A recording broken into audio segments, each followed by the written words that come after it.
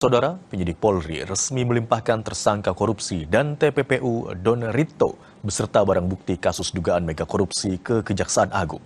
Sementara itu, tersangka ex Jampitsus masih diperiksa dan belum ditahan.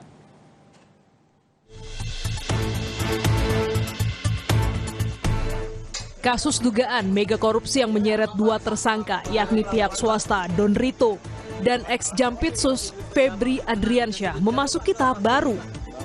Penyidik gabungan Kortas Tipikor Polri dan Polda Metro Jaya Jumat siang melimpahkan tersangka Don Rito beserta barang bukti ke Kejaksaan Agung. Dengan pengawalan ketat personel BRIMOB bersenjata, Don Rito dibawa memasuki gedung Kejaksaan Agung untuk menjalani proses tahap 2. Penyidik menyerahkan barang bukti berupa uang tunai sebesar 6 miliar rupiah, emas 23 karat seberat 74 kg, 6 juta dolar Amerika Serikat, dan 16.000 dolar Singapura. Dilanjutkan dengan pelaksanaan penyerahan tersangka, barang bukti elektronik, dan barang bukti non-elektronik kepada Kejaksaan Agung sebagai bagian dari tahapan penanganan perkara. Dengan telah dilaksanakannya penyerahan tersebut, maka proses penyidikan selanjutnya sepenuhnya menjadi kewenangan Kejaksaan Agung. Kortas Tipikor Polri menghormati dan mendukung kelanjutan proses penegakan hukum yang akan dilakukan oleh Kejaksaan Agung sesuai mekanisme hukum yang berlaku. Usai pelimpahan, kuasa hukum Don Rito memberikan klarifikasi terkait rumah di Sentul Bogor yang digeledah penyidik dan menjadi lokasi penemuan uang ratusan miliar rupiah serta emas batang. Menurut pihak Don Rito, rumah itu telah digunakan kliennya sebagai kantor yayasan sejak tahun 2023. Penguasaan, kepemilikan. Jadi itu bukan milik Pak Febri. Rumah itu sudah 10 tahun, informasinya nggak pernah dipakai sama Pak Febri. Tapi di 2023 dipinjam oleh si Pak Idon untuk kantor yayasan. Sementara itu, Kejaksaan Agung menyatakan berkas perkara tersangka ex Jampitsus Febri Adriansyah juga telah diterima. Namun hingga Jumat malam, Febri belum ditahan. Kejagung menyebut Febri baru menjalani pemeriksaan dan keputusan penahanan masih menjadi kewenangan penyidik. Makanya kami transparan, kami laksanakan ini kan kepercayaan sinergi antara Polri dengan Kejaksaan, diserahkan dulu ke kami, masyarakat bisa melihat perkembangan berikutnya. Cukup ya, baik ya, sudah, baik kami batasi.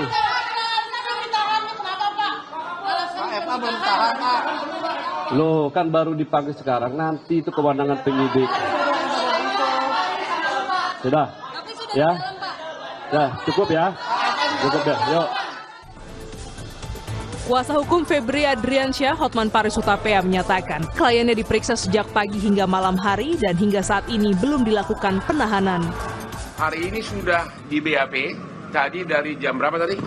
Jam 10. 9. Dari jam 9 sampai baru selesai, ada 18 pertanyaan. 18 pertanyaannya sudah dijawab dengan baik dan kesimpulannya tidak ada penahanan. Diperiksa sebagai tersangka dan tidak ada penahanan hari ini. 18 pertanyaan. 18 pertanyaan. Oke. Hari ini hanya sebatas kepada kasus PT Asabri. Jadi sebagaimana ketahui ada 3 kasus, ya. Kasus pertama adalah PT Asabri. Kasus kedua adalah kasus blackout di Sumatera. Kasus ketiga adalah menyangkut PT Krakatau Steel. Belum ditahannya ex Jampitsus menjadi sorotan pakar tindak pidana pencucian uang Yenti Ganarsi. Menurutnya, penegakan hukum harus dilakukan secara setara terhadap seluruh tersangka agar tidak menimbulkan kesan tebang pilih. Tidak equality before the law ya. Ini maksudnya apa? Ada perbedaan perlakuan. Karena gini, kita kan tidak boleh memperlakukan peraturan itu dengan melihat status sosial, jabatan, ekonomi, dan justru malah tidak melindungi kepentingan rakyat ya. Ini menurut saya ya, Pak Kiki, menurut saya ini negara sedang menunjukkan dengan vulgarnya sikap semena-mena dan sok kuasa. Dengan dilimpahkannya tersangka dan barang bukti ke Kejaksaan Agung, proses hukum kasus dugaan mega korupsi ini memasuki tahap penuntutan. Sementara publik masih menunggu langkah penyidik terkait status penahanan tersangka ex Jampitsus. Tim Liputan, Kompas TV.